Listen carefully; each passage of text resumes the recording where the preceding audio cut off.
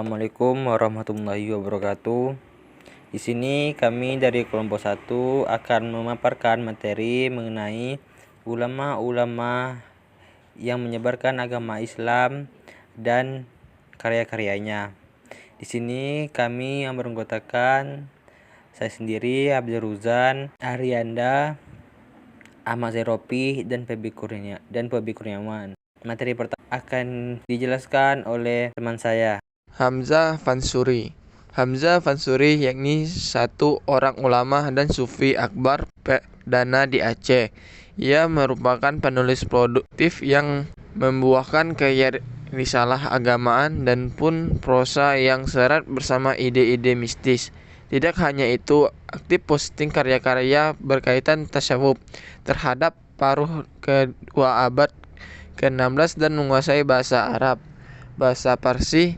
Di samping itu pun menguasai bahasa Urdu. Paham tasawuf yang dibawanya ialah wujudiyah. Kepopuleran nama Hamzah Fansuri tak diragukan lagi. Tidak sedikit pakar sudah mengkaji keberadaan Hamzah yang amat populer melalui karya-karyanya yang monumental. Tetapi tentang di mana dan kapan persisnya Hamzah lahir hingga kala ia masih jadi pertanyaan dan perbedaan opini para ahli pariwisata. Hal tersebut bersama lokasi kelahiran Hamzah Fansur yang yaitu sebuah ruangan yang terletak antara Sibolga dan Singkel. Dari sebutan namanya Hamzah Fansuri yang berarti Hamzah dari Fansur, yang menunjukkan bahwa Hamzah benar-benar berasal dari Fansur, yang yaitu pusat wawasan Islam lama di Aceh, bidang barat daya. Adapun karya-karya Hamzah Fansuri antara lain Syaraf al-Ashikin, Ashraf al-Arifin, Al-Muntahil.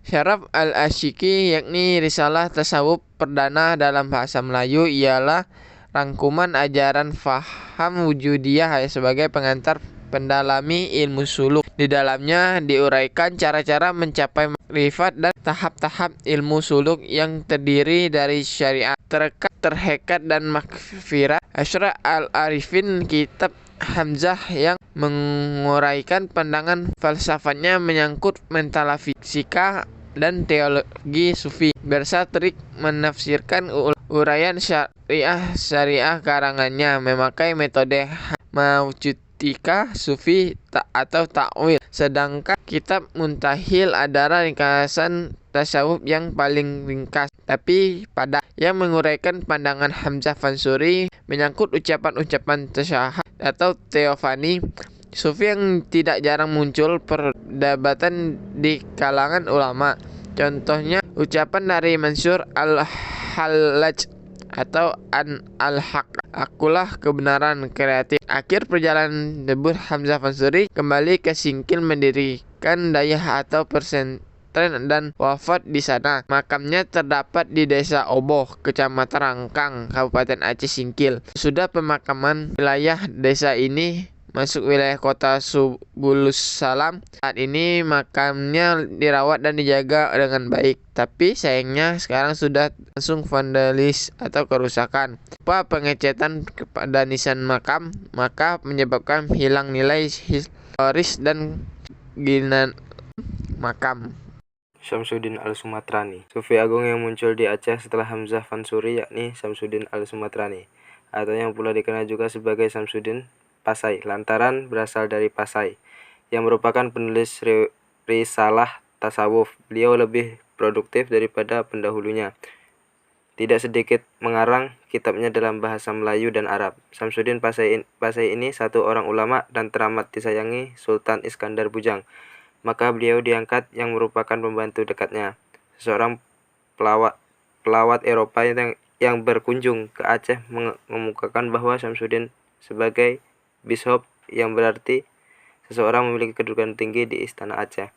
Di samping itu, beliau satu orang ahli politik dan ketatanegaraan seperti Bukhari al-Jauhari, pengarang kitab Tajul al-Salatin, Tuan Iskandar pada tahun 1987. Dalam penulisan sastra, peranan Syamsuddin terutama dalam upayanya mengembangkan kritik sastra dengan cara hermeneutika sufi atau takwil, yang sudah berkembang sejak abad 11 Masehi. Karyanya yang memanfaatkan metode takwil ini kelihatan dalam risalahnya adalah Syarah Rubai Hamzah Fansuri. Takwil ialah metode penafsiran sastra yang menonton teks puisi juga sebagai ungkapan kata-kata simbolik dan metaforik yang maknanya berlapis-lapis. Makna lahir, makna batin, dan makna isyarat atau sugestif. Bahasa Melayu yang dimanfaatkan Samsudin dalam karyanya tak jauh berlainan dari bahasa Melayu yang dimanfaatkan penulis kitab sastra dalam abad 17-19 Masehi. Karya-karya antara lain yaitu yang pertama, Mir'at al-Mukminin atau cermin orang beriman. Yang selanjutnya Jauhar al-Haqaiq atau permata kebenaran. Kitab Al-Harakah, Kitab Mir'at al-Iman, Kitab Al-Martaba atau Wibawa Manusia, Mir'at al-Muhaqqiqin, Syarah Rubai Hamzah Fansuri, Thoriq al-Salihin, dan lain-lain. Ajaran yang diboyong Samsudin ini berakar terhadap kepada ajaran Ibnu Arabi dan penganut faham Wibawa 7 yang diperoleh dari Al-Taufal al-Mursalah ila Ruhain Nabi, karya Muhammad Fathullah al-Burhampuri dari India. Sultan Iskandar beliau amat sangat tertarik bersama ajaran tasawuf yang diboyong oleh Samsudin Pasai, maka ia termasuk juga salah seorang pengikut faham wujudiyah. Jumlahnya karyanya yang dipersembahkan buat Sultan Iskandar dijaka antara lain kitab Thoriq al-Salihin dan Nur al-Daqaiq. Samsudin Pasai wafat dunia pada tahun 1630 Masehi, bertepatan bersama armada Aceh mengalami kekalahan di Malaka. Nurudi Ar-Raniri, ulama dan sastrawan ini berasal dari Ranir. Lahir pada tahun 1568 Masehi di satu buah kota pelabuhan di pantai Gujarat. Ayahnya berasal dari keluarga imigran Hadramaut, sedangkan ibunya ialah salah satu orang Melayu. Ar-Raniri lebih dikenal sebagai ulama agung Melayu Indonesia daripada India dan Arab. Lantaran sejak mungil ia tertarik dan menyukai mencari ilmu bahasa Melayu. Maka tumbuhlah dia jadi seseorang yang teramat mencintai dunia Melayu. Ia pun sudah mengabadikan ia demi kebetulan Islam di Nusantara dengan mendapat kepercayaan dari seseorang sultan terhadap Kesultanan Aceh. Hatinya teramat tertarik dengan dunia Melayu. Sesudah sekian banyak lama menimba ilmu ke Timur Tengah, beliau bertolak ke Aceh pada tahun 1637 Masehi dan mendapat kepercayaan dari Sultan Iskandar Thani sebagai Syekhul Islam. Sesudah mendapat posisi yang kuat di Aceh, Ar-Raniri seterusnya melancarkan pembaharuan Islam dengan radikal. Dirinya menentang paham wujudiyah yang diboyong oleh Hamzah Fansuri dan Syamsuddin al-Sumatrani. Ar-Raniri menuduh mereka berdua sudah sesat dan menyimpang dari ajaran Islam. Beberapa orang yang menolak melepaskan keyakinannya yang sesat dapat dibunuh, dan tidak sedikit buku atau kitab-kitab Hamzah Fansuri dibakar.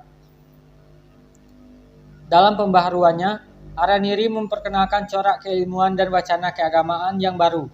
Walaupun beliau serta satu orang penganut wujudiyah dan pengikut Ibnu Arabani, tapi dalam menafsirkan ajaran wujudiyah, beliau ketat berdiri kepada syariat dan fikih. Paham wujudiyah yang dianutnya tak cuma penekanan terhadap tasawuf saja, namun pula menuturkan pada kaum muslim Nusantara dasar-dasar keimanan, aturan-aturan fikih, perbandingan agama, pentingnya hadis ataupun histori.